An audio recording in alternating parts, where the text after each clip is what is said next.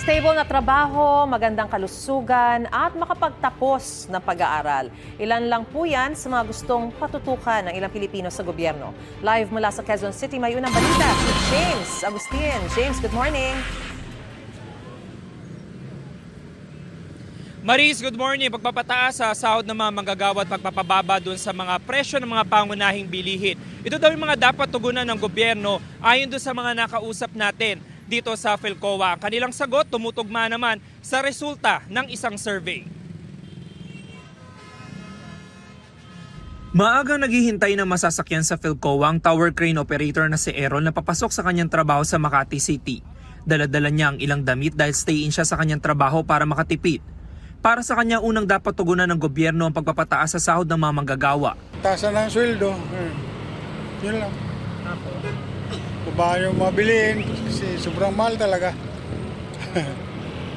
Paano diskarte pa ginagawa niyo? Titipid na lang po. Ganyan din ang pananaw ng security guard na si Pablo. Kung minsan kinakapos daw talaga ang kita kahit anong paghihigpit ng sinturon. Una-una, ma-increase yung sahod ng manggagawa. Sa kapos na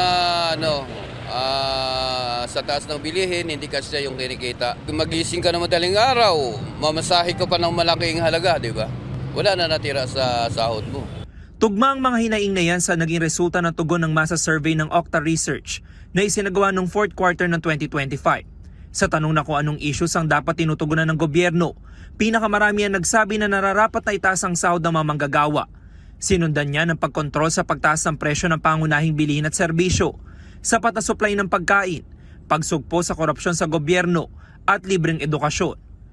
Pasok naman sa top 5 urgent personal concerns sa mga Pinoy ang pananatiling malusog at pag-iwas sa sakit. Sumunod ang makapagtapos ng pag-aaral o makapagpaaral ng mga anak, sapat na pagkain araw-araw, matatag at maayos na kita at pagnanais na hindi mabiktima ng krimen. Dalawa sa mga nabanggit ang inaalala ni Ginger na isang government employee. Dapat magkaroon po ng stable na trabaho, tsaka maging healthy, yun lang naman. Kasi syempre, sa panahon ngayon, laging may virus yung mga, may mga sakit na naman na kumakalat, so dapat maging healthy lang po talaga.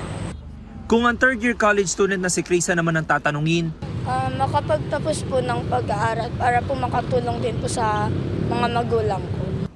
isinagawa ang survey noong December 3 to 11, 2025 sa pamamagitan ng face-to-face interview sa 1,200 respondents. May margin of error ito na plus-minus 3%. Samantala, Maris, ayon pa sa Okta Research, yung naging resulta doon sa tanong na kung ano ba yung mga bagay na dapat tinutugunan ng gobyerno ay parehas daw doon sa resulta na naging survey noong ikalawa at ikatlong quarter ng 2025. Yan ang unang balita mula po rito sa Quezon City. Ako po si James Agustin para sa GMA Integrated News. Gusto mo bang mauna sa mga balita? Mag-subscribe na sa GMA Integrated News sa YouTube at tumutok sa unang balita.